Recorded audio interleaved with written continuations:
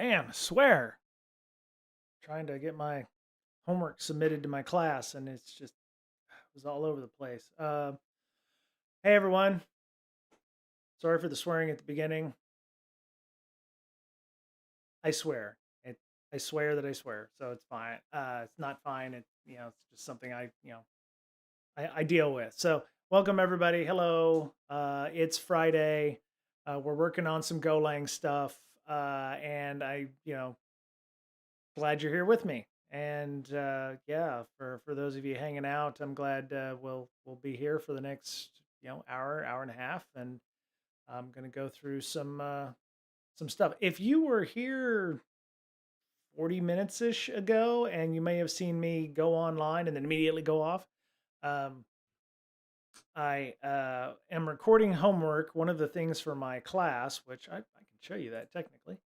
Um, so one of the things for my class is you're working on assessing your own leadership imprint, and there's various things that you're going through and reading on, and one of the items is the seven items for dimensions, if you will, of leadership or your leadership imprint, which is authenticity, competence, humility, resolve, warmth, elevation, and faith.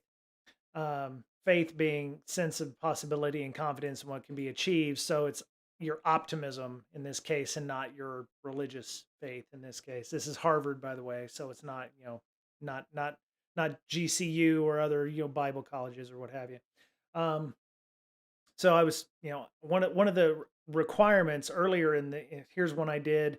So what they wanted you to do is upload a video talking about the launch of a project, and so I did one video, and then people would critique you on how well or how good you did on certain things, and then you had to do yet another video, which this one was done a couple weeks ago when I still had most of the things in my office and I had my teleprompter and everything. This one was done with obviously no background, and I'm working on Skeleton Crew right now. So the biggest issue I had was I could not submit down here at the bottom of the page. And what they didn't tell you here when the troubleshooting was, hey, you need to watch your video all the way through, which I didn't feel like I need to, but I did it anyway. And once I was able to do that, I had to submit. And that's why I'm a little late. Just, long story short. Um, Welcome to all of the people simulcasting on our live stream, on our LinkedIn and our YouTubes. Oh, interesting. Uh, Hope y'all are enjoying this. Had a good week so far. My Friday has been very Friday-y. Oh, there you go. So you can see my script and everything too. So I had to write a script, and it had to be more than 30 seconds, but less than a minute and a half, which is actually surprisingly short amount of time. I actually had to trim this down a little bit because the first take that I had done was like 2.5 minutes, and then I reread the instructions. I was like, oh, I thought it was like the maximum 2.5 because that's what the first one was. It was no more than 2.5 minutes. And so yeah, I had to tear this down a little bit and pull out some items and still kind of keep the difference between the two deliveries. They wanted you to deliver it one way, then based on the feedback and whatever you got from your cohort in the previous thing, they wanted you to kind of switch it up. So I was trying to be a little bit more forceful, a bit more humility, and that. So um, yeah, so I like the courses on Harvard. The issue that I've got is when they want me to do things like submit a survey to my coworkers, and I'm like, uh, we already have enough stuff to do at work, and it's like we just had like evaluations and things, the yearly evaluations, and I'm like, I don't want to have to include my coworkers in my class because it's like I'm asking them to take an hour and a half out of their day to help me, and it's like I don't like doing surveys at the best of times, and this was like another survey talking about just how good or how awesome Brian was or how bad he is or what he needs to improve on. So getting them to understand that this is an anonymous survey not related to my company, I'm doing this for, even the blurb email they send you is you find you have to edit it because it's like some people are like, "Oh, can I take that class? Is that in our learning catalog?" I'm like, No, I actually paid for this outside of work." And they're like, "Why do that? We have all this cool training here." And I'm like, no, no, I'd rather, have, I'm not going to buy a vendor cert or something like that. If I worked for Cisco, I'm sure there's a requirement to get all the Ciscos, but it's like, I don't want to have to go to, this and do all of the internal stuff for our own company. Outside of my company, nobody will give two shakes about, the fact that I'm, Joe Bob Billy's bait shop, management leader or whatever. It's like, nobody will give a shit. So it's like, for what it's worth, Harvard, having Harvard as a degree certification or degree completion certification is a better title than the one that I could get from my own internal company. So I'm going to hold on to that. I actually did like the mechanism they used for submitting the videos. You submit the video, and then they have the captions, and then it's like very split. I love that idea. I wish I had more of that, or had a simple interface for that, for like podcasts and stuff. Because it was like once you submit the video, then the captions come up, and it's like, it splits it up into 5 seconds. So you can say, well, that doesn't make any sense. So I can click on the link, and it'll go to the video where I can hear what I said and go, okay, I didn't say colored. Like, one of them was like, in this calendar year, and it said color year, and I was like, okay, I know what I said there. So it's a nice interface, and so I'm working through this. So I'm done. I don't have to do the rest of this yet, but I have. They're broke up into weekly segments. So I've got to go through this, and I got to go through this in 2, 3, 2, 3, 3, and 3, 4. It's due on the 8th. So, and then I've got another whole section for that as well. So that's not the last, is it? Huh. Is that the last? Oh, wow. Okay, so that's the last week of class. Oh, that was quick. Okay. Um, sorry. Okay, so let's get to what we're talking about. Hope everyone's having a good week. Thank you to the one viewer and the numerous lurkers that I have. If you're a lurker power, you know what I'm saying? There you go. So for those of you who were here the last time we did go, which feels like a long time, it's just water. It's just water. Um, we are going through switch statements. We're going to go through some of the items here for understanding what a switch statement is. As we saw before when we did conditions, if statements, else if statements, nested if statements. This is a way of putting some logic into your uh, Go program.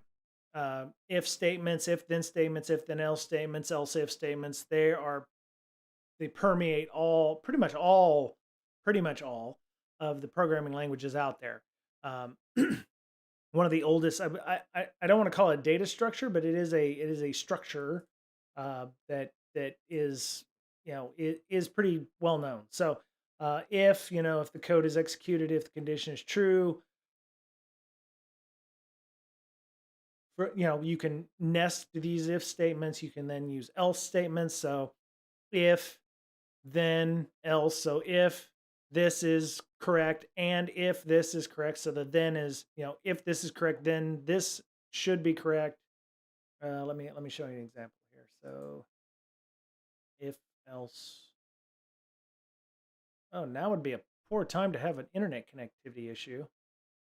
Come on, W3 schools. There we go. Okay. So if the code executed, the condition is true, else execute if the condition is false. So the else is like, well, if all else fails, then do this.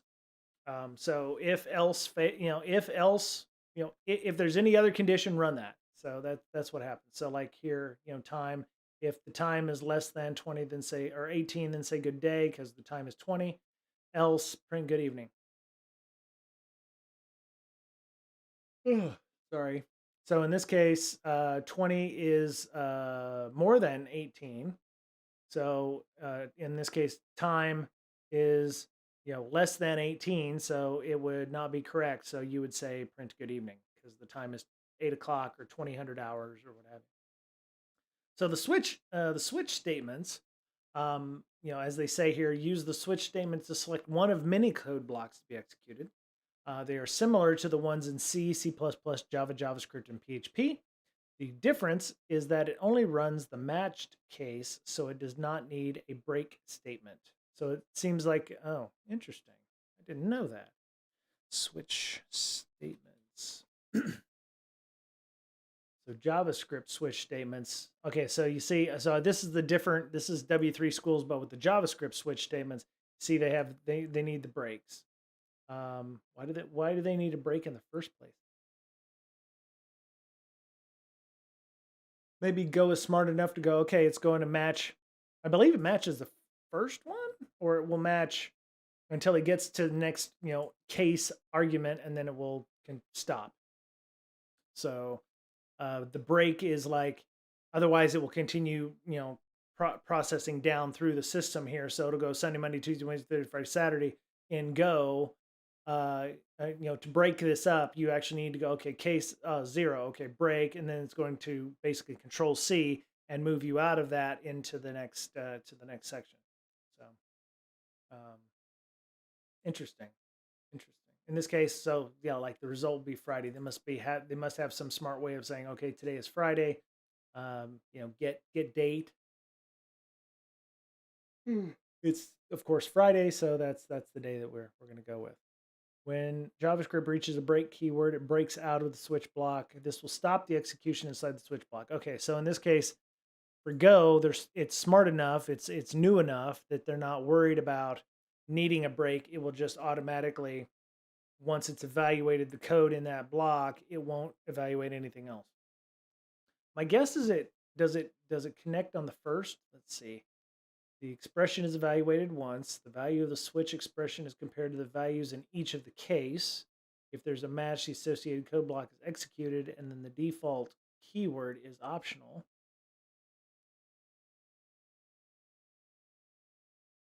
I'm sorry, it's been a long day. Default keyword is optional. Specify some code to run if there's no case match. Okay, so the case and the default.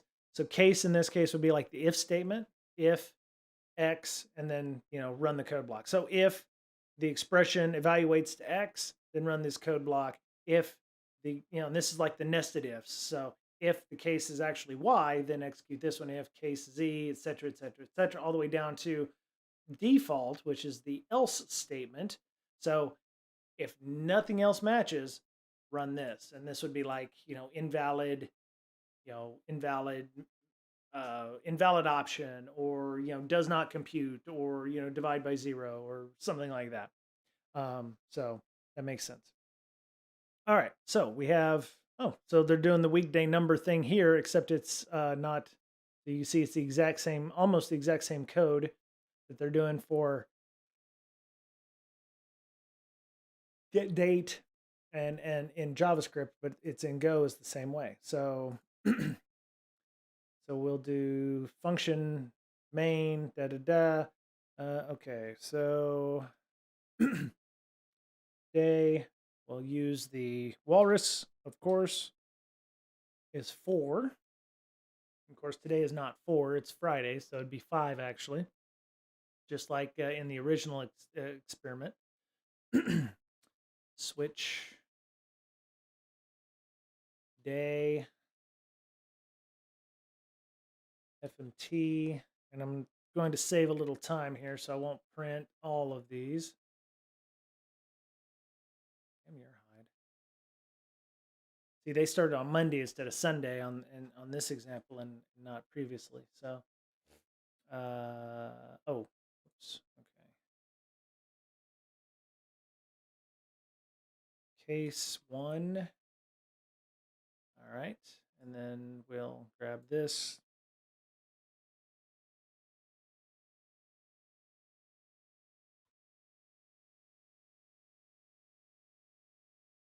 You rat.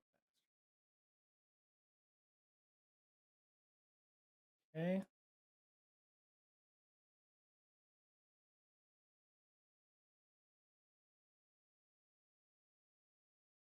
Oh, I see. Okay, I pooched it, so that's what I want to do here. Okay, so this will be case 2, and then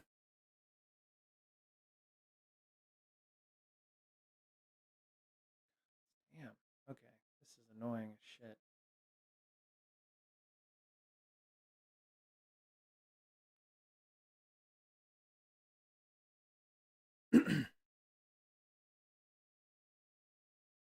This is why copy pasting doesn't work so well. All right, so we need 3, 4, and then this would be Wednesday, and then Thursday.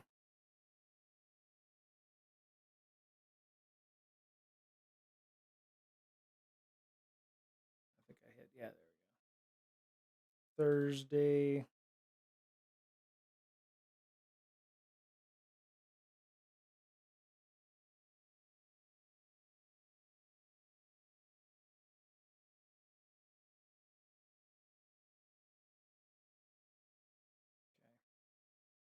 7, 6, and 5.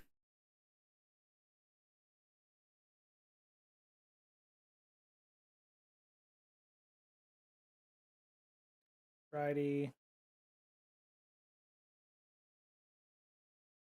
Saturday, and Sunday. All right, so case 65432 1. Monday, Tuesday, Wednesday, Thursday, Friday, Saturday, Sunday. Okay. Right. All right. So now that that's done, there we go.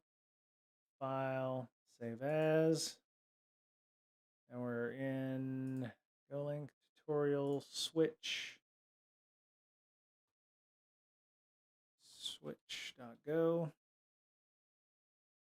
Okay, and let's see, Control T, terminal. I do terminal. Okay, view terminal. Oh, there it is. Okay, so CD switch, and then go run switch. And Thursday should be the right answer. And it did. Okay. And if we wanted to change this, this is a nice, simple way. You might do something like this for large amounts of data, like if you're looking for area codes in the US or postal codes. Uh, if it would not be an efficient way of doing it, you would definitely want to use a database connector or whatever. But if you had like only 10 or 15 of those and you wanted to enumerate or do whatever, have different options available to you so that okay, if it's this version, you know you may take user input where it's like select 1 through 7 to be able to do one of these things, pen testing script or something. If you run number 5, you're looking for nmap, so hit 5 and it's going to run case number 5, which is execute an nmap scan here or something like that. There might actually be additional switches on top of that to go, okay, well, you want to run an nmap scan. Do you want to run it on this IP address range or this IP address range or this IP address range? So you might actually pull additional cases. I don't actually know if that works or not, but it sounds logical to me. I would love to be told wrong in chat if anybody is interested in, letting me know that I'm less than correct. So, all right. I'm sure we'll see that in there's multi-case, so I'm guessing we'll be able to see what's going on here. All right, it is possible to have multiple values for each case in the switch statement. Interesting. Okay, so so if you did case 3 and say 5, oh no, there's no space. Okay, so you could do 3 and 5, and then if the answer evaluated to one of those two, you could run this. And I wonder if it would run this and that. Let me see. Seems to me that you couldn't have a 3 and a 5 and a 5. Let me see what happens. I'll make that 5, and then we'll save it. Save it, and then I will. Okay. You're not seeing what it said. It said getting configurations from Go. It was really weird. That was a pop up that was. Oh man, what happened? What did I do wrong? Okay, so far so good. Okay, there we go. I borked something. Oh, what's this? Got a little extract a variable. Okay, so CD switch. Okay.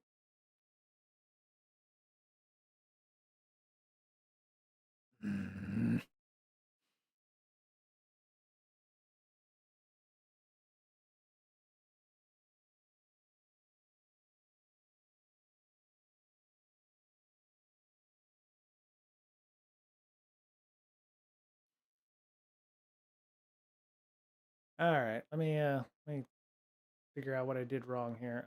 Close that. All right, let's open the terminal again. Man, you are a rat bastard. Okay, so CD. Oh, it's X drive. Okay.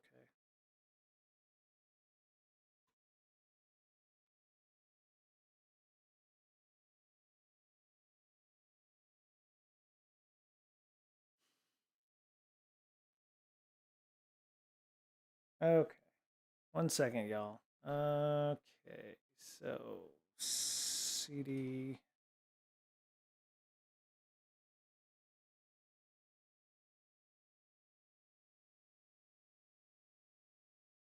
X does not exist. Maybe that's why it crashed. It couldn't find the X drive. Oh, that's because it's the G drive. Okay, G colon. There we go. CD switch. Okay. Just batting 1,000 today, y'all. Close that.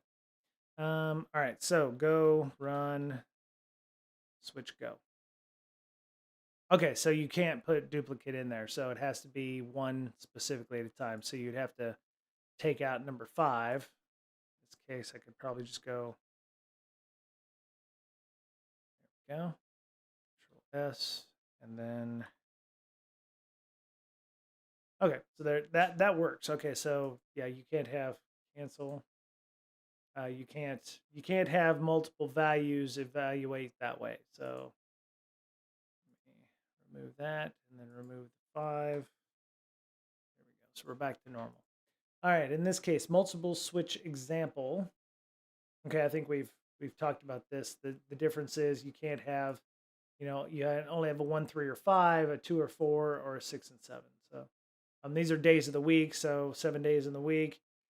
It's an odd work weekday, an even weekday, or the weekend, 6 and 7. Or otherwise, the default is invalid day number of days. So if I put the 8th day of the week there, that would be incorrect and would format as invalid day of day number.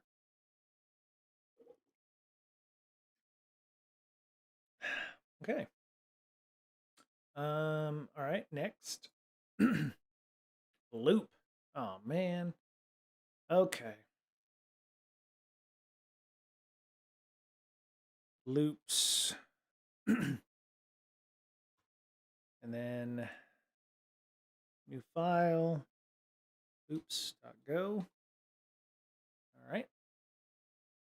Let's make sure we save that before we turn it off. I have to go in and make a bunch of commits, so we'll do that later.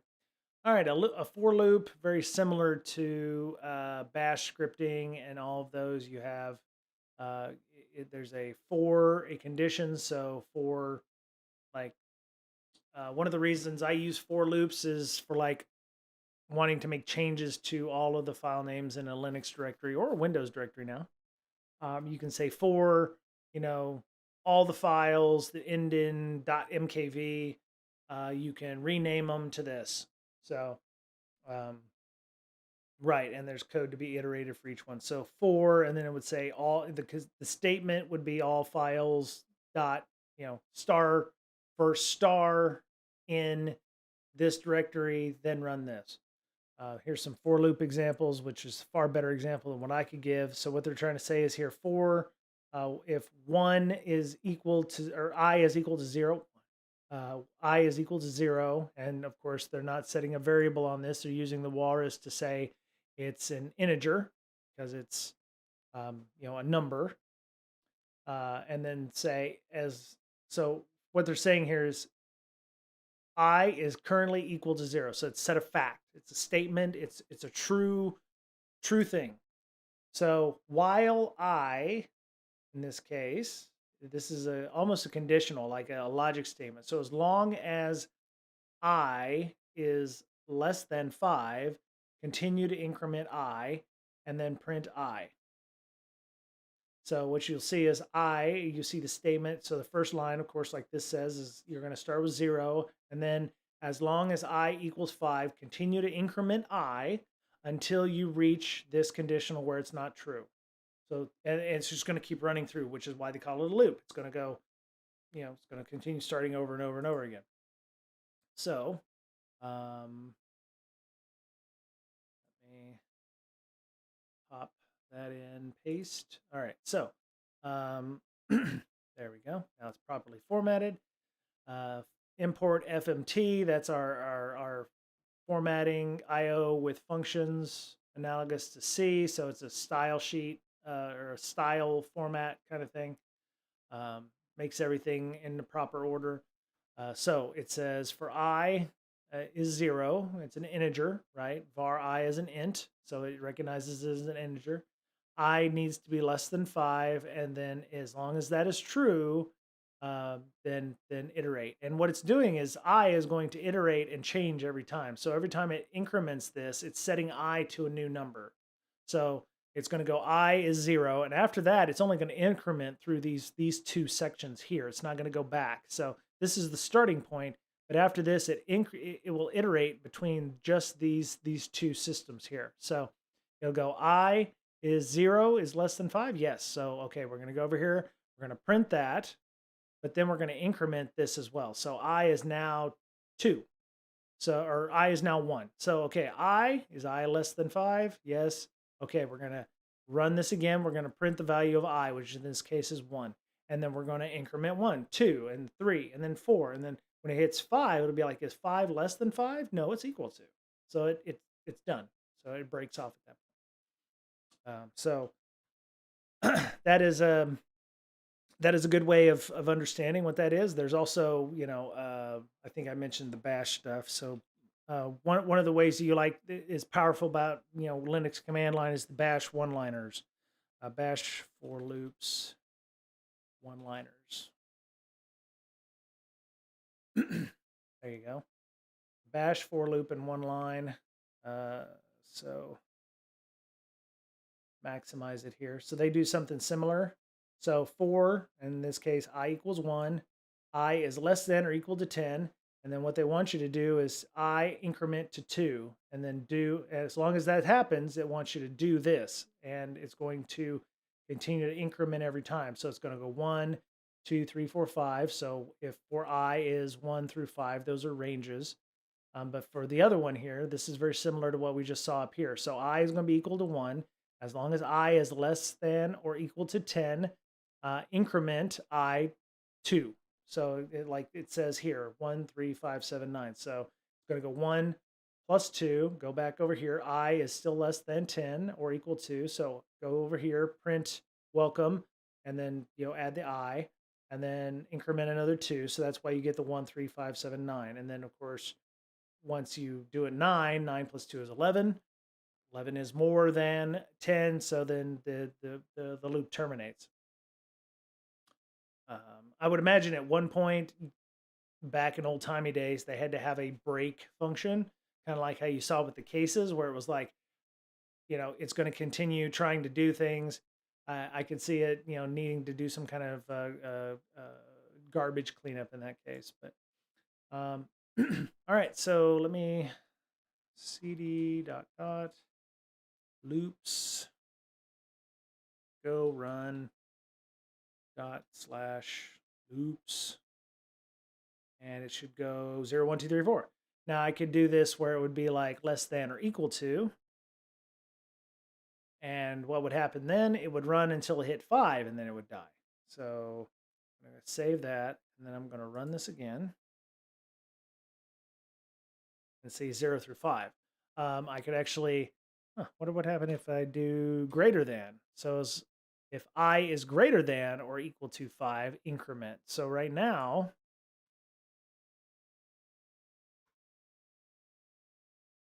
oh, okay, so see, that didn't work. So I is equal to 0, I is not greater than or equal to 5, so it would stop at that point. So that's why nothing happened in that case. And it didn't increment because I did not evaluate as being true, so it did not continue on through, which is why this or this is really the only options you have. So all right. Wow, 41 minutes in. All right. Must be a slow day for everybody. It was still, it's March 3rd and we were getting some chunky rain out there. Had some snow, had some ice, had some grapple, ice pellets, if you will. Fun times, fun times. All right, so we have an example here to increase the explanation. So example 2, we've got package main, FMT, function main. And so what we have here is I is 0. So it's an int, an integer, if you will. As long as I is less than or equal to 100, print the I value and then increment 10. So, right, the output here should be 0, 10, 20, 30, 40, 50, 60, 70, 80, 900. This is very powerful, I think. You can actually do like, I'm assuming we don't have, there's for loops and then there's while, in, so let me see, while loops. Python has a while loop. So while, while I is less than 6, print I and then increment. So it's a different way of doing loops. It is a loop that we can execute a set of statements as long as the condition is true. There's very much, I'm not exactly sure why there would be any differences between the for loops and the while loops. I can definitely see a lot of the same syntax. So you've got your I equals to 1, so you're setting your statement, your true fact. Just like you do with your for loops, you've got your statement, you got your true fact here, I equals 0. You have while I equals 6. So here's your while statement. While I is less than or equal to 100, do this, and then increment. So why, the fact, while the conditional is still true, print this and then increment 1. So for the for loops, it's very much the same thing. Here's your statement. While I is less than 100, do this and then increment. So the while loop actually is a bit more logically progressed. I mean, if you looked at this, you're like, I don't know what this means. How is this going to work? And then you're seeing the output and you're like, I don't understand what's going on. There may be some differences there. I mean, a lot of people use for loops for that, but yeah. So I mean, this feels more logical, like a step. Set the variable, set the conditional, print what you want to print, then increment, and then it will whoop, right back up in the top where it goes while I equals 6. So in this case, I will be 2. So set I equals to 2. 2 is less than 6. Print 2, increment. Lather, rinse, repeat. Yeah. So you can actually do break statements too. So you could say you could stop the loop even if it's true. I don't see any of that for Go, so I don't want to muddy the waters any, but these are options. So explain the loop. So there you go. Continue the loop as long as it's less than or equal to 100 and increase the counter loop by 10 each time. Oh, they do have breaks in here. Okay, so we're going to get to breaks. We're going to get continues. So apologies for that. All right. All right. So I'm going to, how am I going to, hey, Infinite TTY, how are you doing? Appreciate you coming and hanging out. I'm doing good. How are you doing? I was finishing up my homework from Harvard, and then I realized it was Friday, and I needed to do some GoLang-a-gogo. And okay, Infinity. All right, sounds good. Thank you for that. Um, did you have a good Friday? Good week?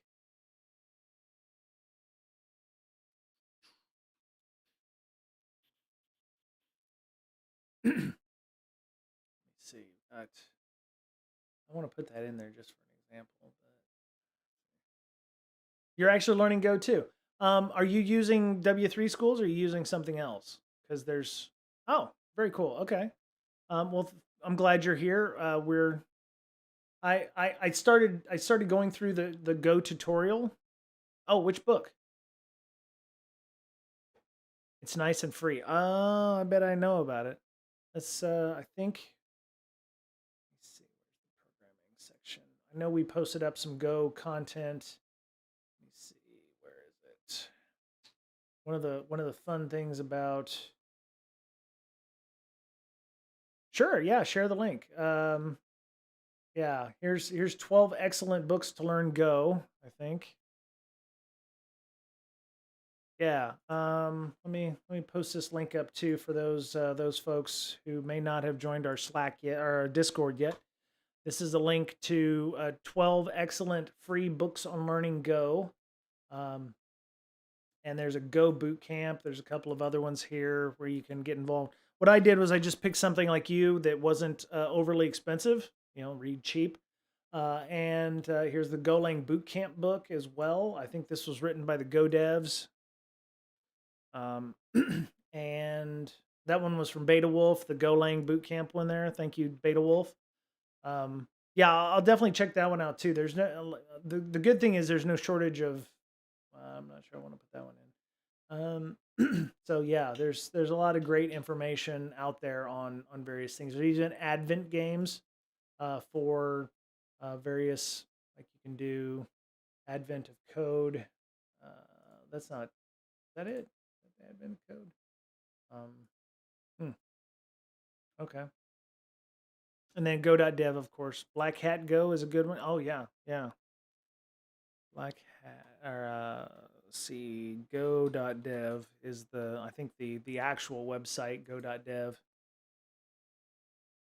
And they have some tutorials on their site too if you want to learn how to use Go, and that's from the people who actually created Go. Um, and then they have a playground where you can go in and use Go as a sandbox if you want to, with different versions of Go, which I guess that's good. Um, I wonder if they have the ability to run like pull down files and stuff through here. They must have a really nice linter, but that's a, yeah, Black Hat Go. That's Black Hat. Ugh, Black Hat Go. I think that's a no starch book. Yeah, yeah. There you go. That's a good book. On Discord, what do you send Go book links? I put it in the programming. I used to have like on the Slack we had multiple, like we had one for PowerShell and one for Python, and it was like I just started consolidating channels in our Slack down, and I think I just created a, when I moved over to the Discord, I put just in the programming channel instead of one for PowerShell, one for Python, and one for whatever. So there's a programming language. You can scroll up, I think, around to November timeframe. But if you search in there, there's some Go book resources in there. I was actually researching something the other day. There's a Discord bots in GoLang, and I found out that there's a couple of Discord bots that run in Go, and I was like, oh, this might be a unique, a good use for me to learn Go. Is like I can make a Discord bot. Um, I'm not sure what I would make the Discord bot do. Maybe I would just say make it, say hello. Maybe I could call it Scott. An Easter egg for those of you who are on the Discord and on Slack. Um, but yeah, so I could.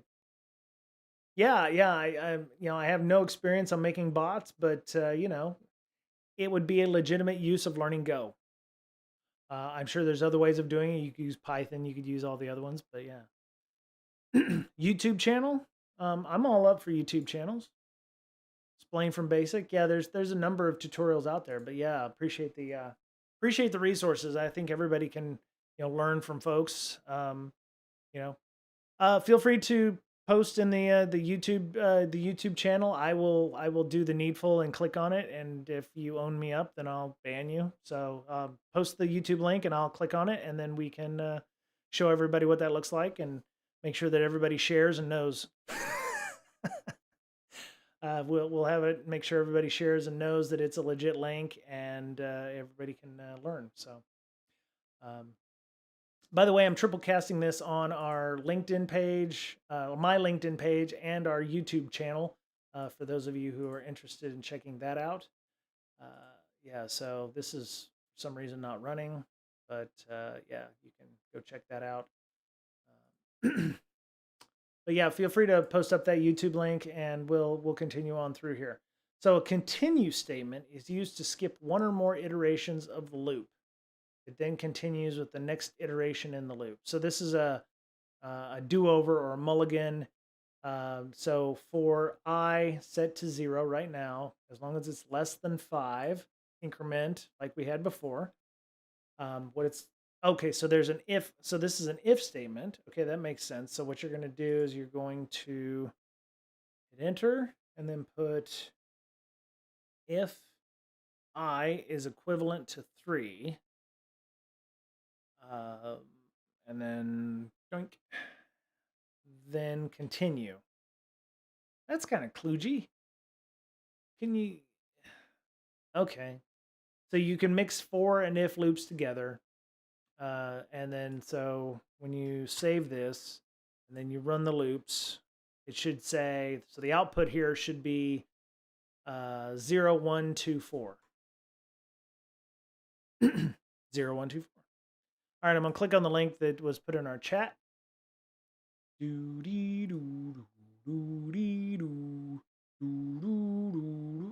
Okay. 46 killer Golang projects in 46 different videos. Oh, very cool. So we're going to build a web server with Golang in 20 minutes. So Infinity, one of the things that I've always wondered about with programming languages, not to get off on too much of a tangent here, but it's funny because it's like you go read up on how to build an API and you're thinking, oh, well, I'm going to have to, I get my mise en place here, I'm going to have my IDE and I'm going to have my Go and I'm going to be able to do all these things and all these ingredients. And they're like, no, no, no, just go to the locker and buy the prepackaged API and use that. And I was like, that's not building an API. That's just, installing a framework. I was like, you know, I want to build the HTTP and I want to build the transaction and I want to, I want to build all the API goodies and actually make an API, not just, py install, node or whatever. Or, I know my lack of developerness is showing, but it's like, you know, don't actually take the time to learn how to set up an API. Just install this, this framework package and go on about your way. It's like nobody can be bothered these days to do so. And then there are a lot of sites out there. None of them are like, this is how we're going to build an API. And maybe this is the thing where it's like, well, maybe Brian should do that. And I was like, okay. So I had this problem when I worked at a government contractor. We had Oracle databases. We had an Oracle farm set up to do things. And this is in the before times, before, things like Amazon and Google existed, back in old timey days. And I asked the development team and the infrastructure team, I was like, okay, so if we lose our database, what happens? Oh, we just clone from one of the other systems. And I was like, what happens if they were to all fail? Do we have documentation on how to build this from scratch? And they're like, oh, you don't, you don't build from scratch. And I was like, what? They're like, no, we just clone from, we just take this and copy paste this database from here to here and it's all good and everything. I was like, so we don't have instructions on how to build from bare metal, how to install Oracle properly. We just clone a drive and call it good. And I was like, oh my God. We don't say this word here. Which word is that?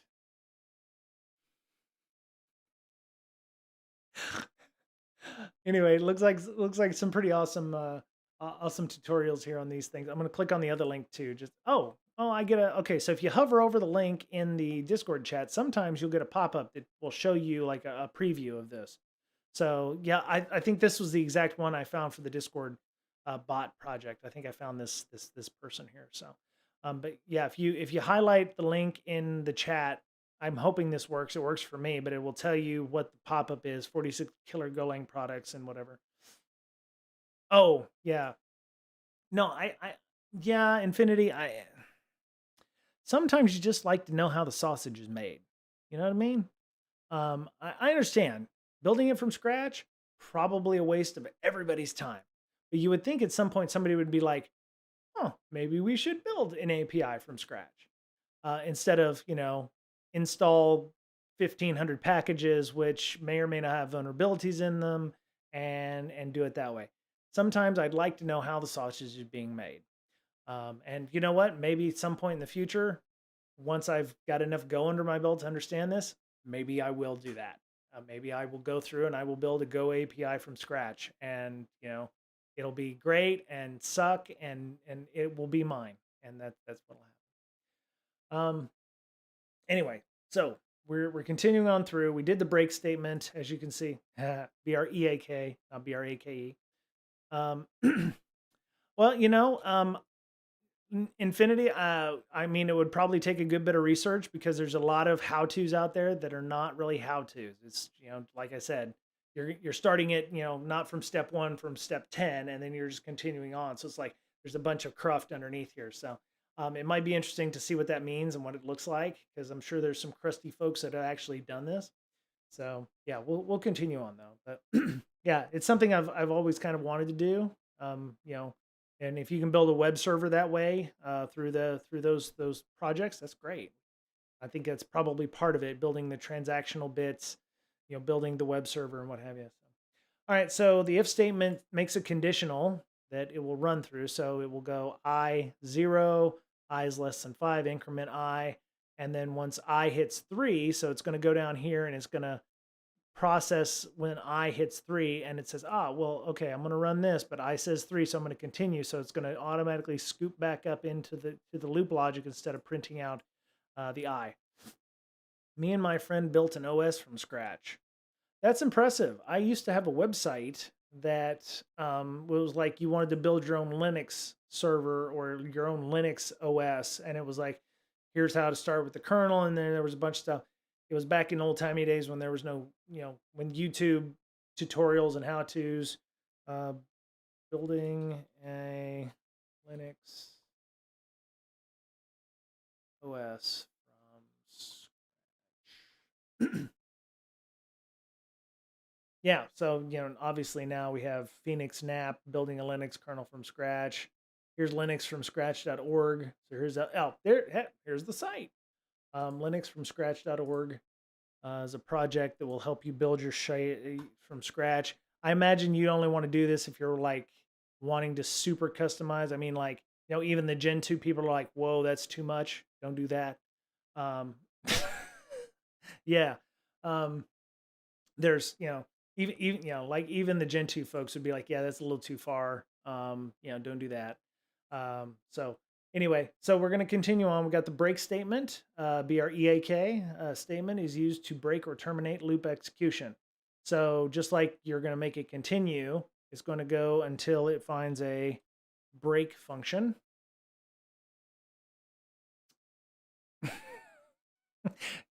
Gen 2 and Arch are all different. I tried Gen 2 several years ago, and one, I did not find the community very welcoming. And yes, it was very much a min-maxer kind of thing. Kind of, if you've ever played RPGs, you know what min-maxing is. It was very much a min-maxer thing. Every flop that they could get out of their system. Yeah, Pen 2, right. There was also Black Arch at one time for pen testing.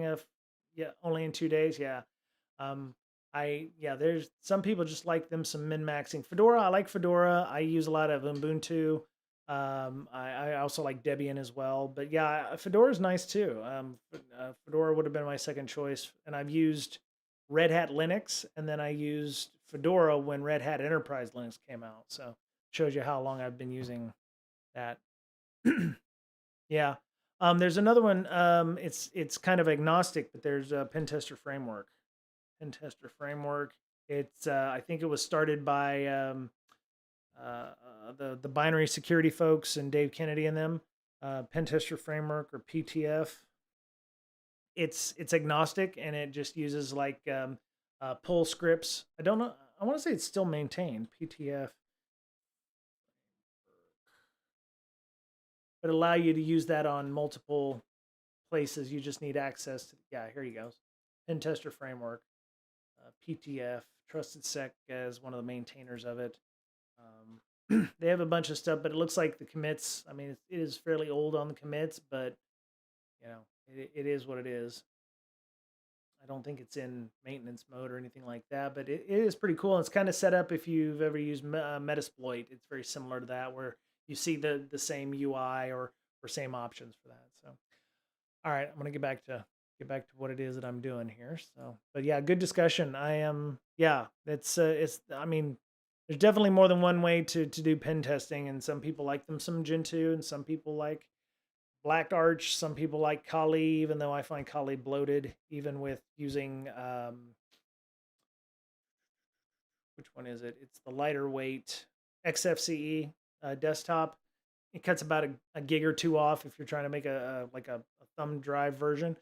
But yeah, using the GNOME or the Unity desktop was behemoth at one time. So all right, so we have a break function. So yeah, like it said, 0124. So it's gonna break out. Actually, I did not run it with the new version in there. Oh, wait, I didn't save this. So there we go.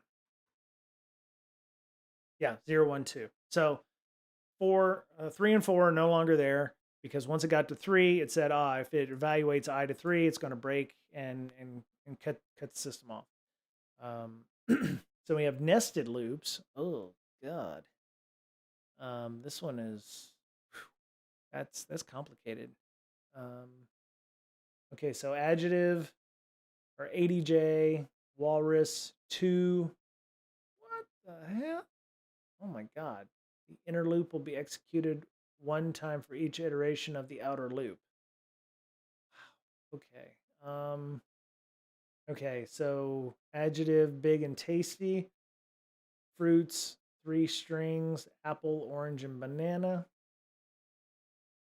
Okay, 4. Okay, so all right, so we have arrays or slices in this case. These are the slices. And then we're going to say for I equals 0.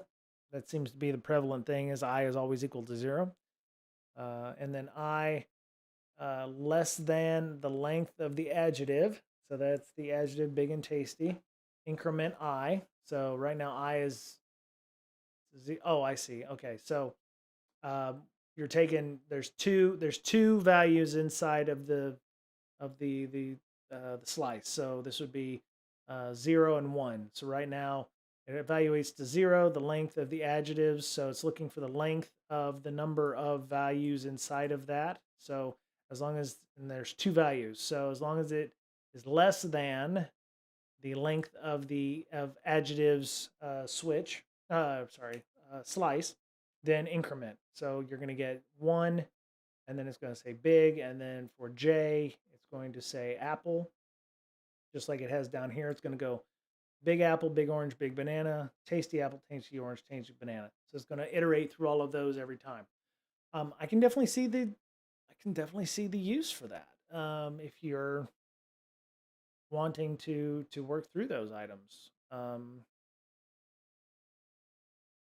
You know what? I'm going to reverse myself there. I don't see a reason for that. Maybe if you're trying to concatenate things together, or I could see that if you're trying to figure out every iteration of 5, 6, and 7, and a different combination of things, like you're mixing and matching shirts and pants, like white pants, black pants, white shirt, black shirt. You've got you're gonna do all the different iterations of white pants and black shirt, and all the different colors and accoutrement, and you're trying to figure out all the different combinations of those systems. Some of those can get fairly large, like this one. 2 values up here, 3 values here is going to be 6. If you put like 4 values up top and 5 values in the bottom, you're going to have a couple. It's going to get large and big, so um, you're going to run through a bunch of different iterations on that. So the range keyword. Oh, how many of these do we have? We have range, and we have, okay, so go exercises. Okay, so range. So range, nested loops, breaks, and continues. Those are the other options here. Okay, so range is a keyword used to more easily iterate over an array, slice, or map. Map. Okay, we haven't talked about maps yet. Maps is down here at the bottom. So we've talked about arrays and slices, but we've not talked about maps. Maps are the last thing in the Go tutorial here before we decide to move on to something bigger and better. So it returns both the index and the value. Range keyword is used like this: for index, value, walrus, array, slicer, map, and then code to be executed for each iteration. All right, so I'm going to yank out this bit. I'm going to yank out this bit, and we'll do the, okay, so we have, close that, shrink that up a bit. Okay, so I can see everything. All right, so we got fruits, walrus, 3, okay, string, and then apple, orange, banana. All right. And then for IDX, value, walrus. God, well, okay, there we go. Range, fruits. And then that, and then, okay, so we've FMT, printf, and then %t or %v. All right, so that's the value. T is a tab, I believe. %v, new line, IDX, and val. Okay, and then we close that. And okay, so yeah, so what you'll see down here is it's going to do the index, which in the index in this case would be its place in the array, slice, or map. I don't know what a map is yet, but we'll find out together. So apple is in the zeroth is a thing. Zeroth position in the slice map or array. Orange is 1, banana is 2. So the index for index 0, val, is in the range of fruits, and you want to print the v, the value, %v, and then %v is the value for the value string. So in this case, this %v would be the orange and the banana and the apple for the second %v, and then it shows them in the right order here. So you could actually reverse these. If you put value here and index here, this output here, the result from in apple, orange, and banana would be reversed. Because your %v's are gonna, you can put as many %v's as you want, but you have to have variables to fill those %v's. So I'm going to save this, and then I'm going to run this loop. So you see 0, 1, and 2, and val. So you do val and IDX, and then you can save and run it again, and it'll reverse itself.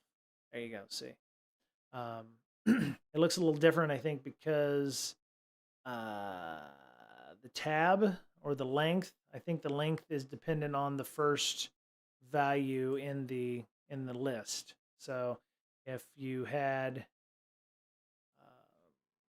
artichoke, and you ran that, I think it will probably butt up against number 3. Oh, well, I dorked it up, didn't I? Oh, I see. My bad. Okay, so I have to put 4 in here because there's 4 values, 0 through 3. There's 4 total values in there. So then I have to hit S, and then I run it again. Okay, so we've caused it to go beyond 1 tab length because Apple is where it set the initial tab. So then it justified on everything else except for artichoke, which takes it over the maximum line, so everything doesn't look pretty. Um, but you get the point. You can mix things up. You can turn things around. I can do IDX here and val, and it will look better. So in this case, like maybe you want to dump a database of information, and you're gonna set it up where you're gonna print IDX and whatever, and your IDX is gonna be like your unifier or your record numbers or what have you. And so in this case, you got a nicer formatted version here: 0 apple, 1 orange, 2 banana, 3 artichoke. So okay, let us see. Try it yourself. Okay, so we've done all that. I think we understood that. Um, Interesting. So we want to omit the indexes. So you would just put the value. Well, you don't. Do you have to put the index and the value in there? Tinkerbaj. Yeah. It's 8 spaces. Yeah, and that's why it looked janky when I put artichoke in there because it's 9 characters. So it futzes things up. But maybe you'll have. I'm sure there's ways to make it so that everything is a couple of tabs away. I could technically go tab or something like that, or set something in there and have 2 tabs, and then everything would line up a little better on the review there. So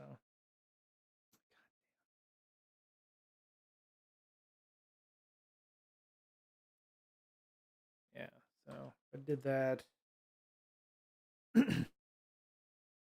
Oh, that's ugly. Okay, so I don't know how to make it look pretty, but I'm sure somebody will give me an example of that. But yeah,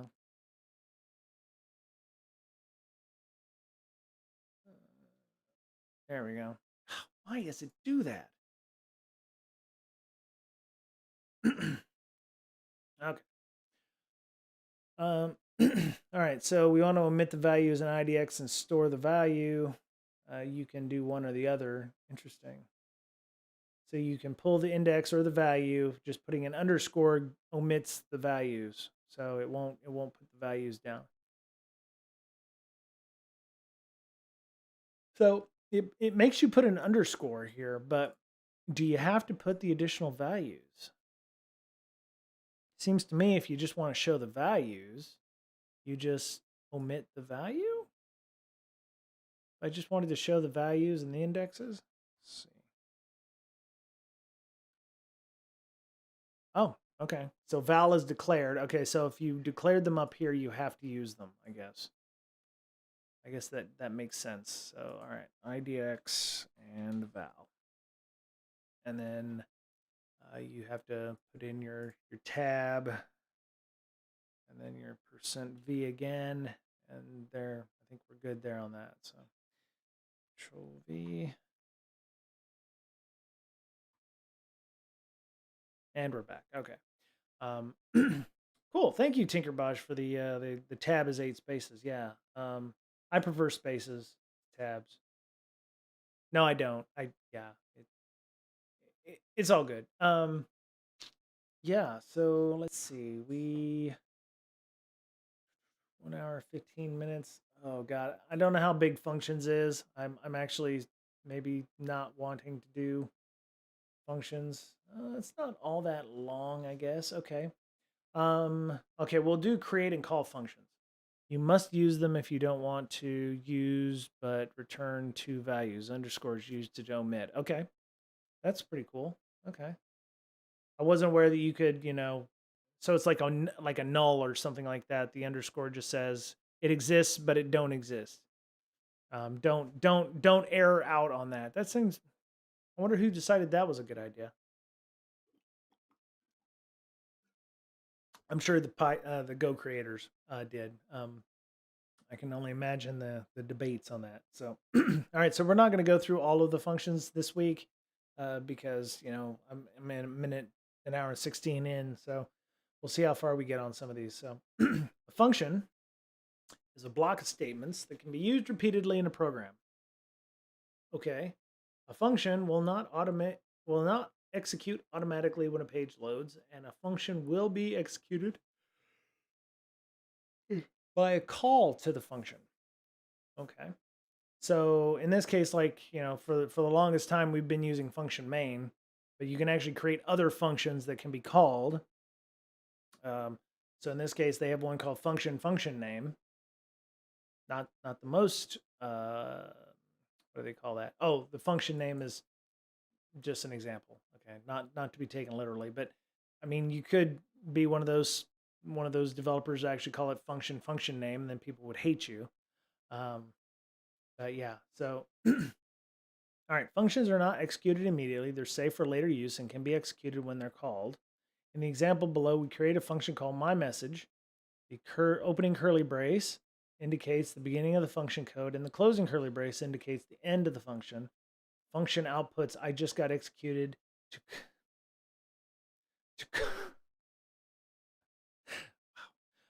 to call the function, just write its name followed by 2 parentheses.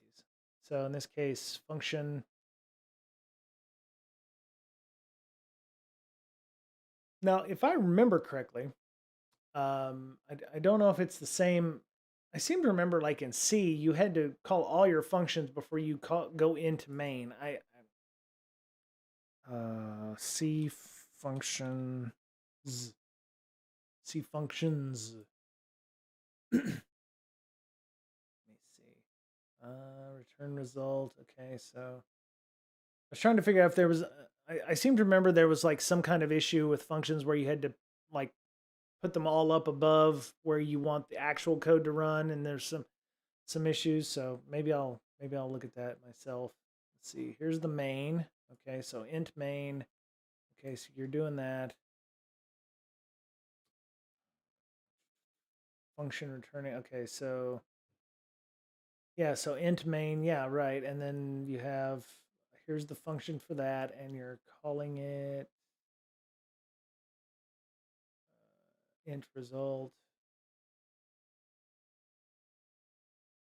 This doesn't look a very good version or example on tutorials point.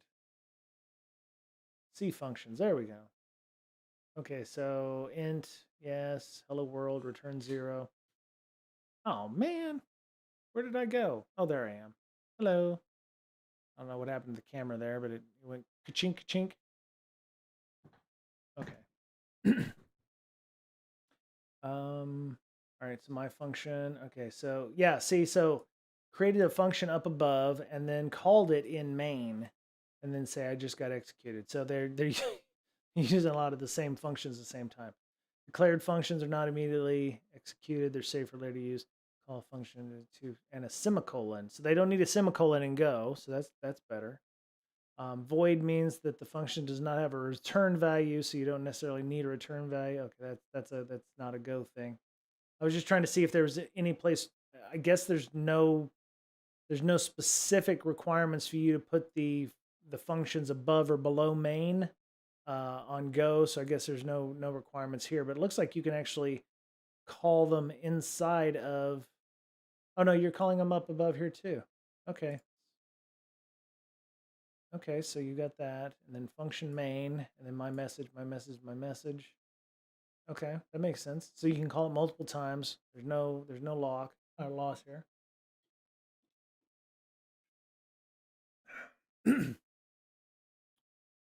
Naming rules for Go functions. It must start with a letter. Function name can only contain alphanumeric characters and underscores, A through Z, 0 through 9, and underscore. Functions are case sensitive. Sure. They cannot contain spaces. Woohoo!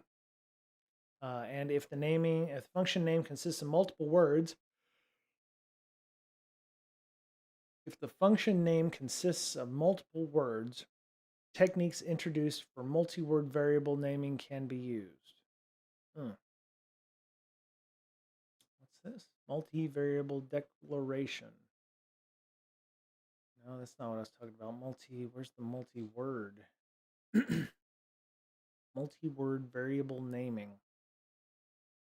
Huh. Seems like this sounds familiar. Let's see. A and B, 7 and 6. Okay. So in this case, it looks like format println is a function, and it's using A as the output there. So it's taking A as as like an input. So all these print functions that we're doing are functions that are called inside of Go as well. Um, so the format println is taking this as an input. I just got executed, and so your function is actually calling another function called fmt.println, unless I'm incorrect here, but that's what it looks like to me. So you got a function calling another function, um, and of course everything in main is being called anyway. So function, function, function. So they're all functions there. Naming rules: Go exercises. Create a function called my function and call it inside main. Right. So println takes any type and prints it and adds a new line on the end. So yeah, but println is still a function, right? I mean, that's where the the little the bits are. It's just taking everything inside of that and taking any type and printing it out. Right. Right. Okay. Very cool. Okay. All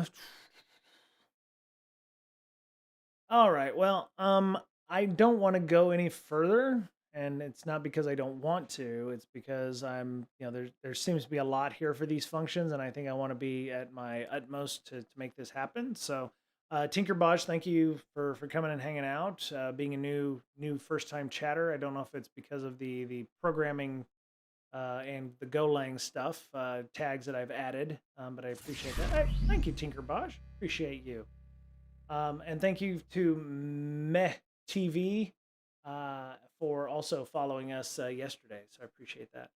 I'll be doing this on Fridays as per normal. So Infinity, if you want to come back and hang out, we only got a few more left. So once we do functions, structs, and maps, I don't want to say I don't know where to go, but like maybe some of those additional, maybe we'll do those 46 videos of 46 different things, and make us some Discord bots. But um, I mean, my ultimate goal is just to learn a programming language to the point where I don't feel like I'm ignorant about it. I think I'm doing pretty good right now going through this. I'm not looking for a job for this. I have a very decent job. Yeah, Tinkerbodge, I appreciate the feedback there in the comments. You know, we're all just trying to learn. We're all noobs here, so I appreciate you imparting your knowledge here. So yeah, I'll be back next Friday. We'll talk a little bit more, spend a little bit more time. I'll probably have a bit more packed. For those of you who don't know, I'm moving to San Diego in July, and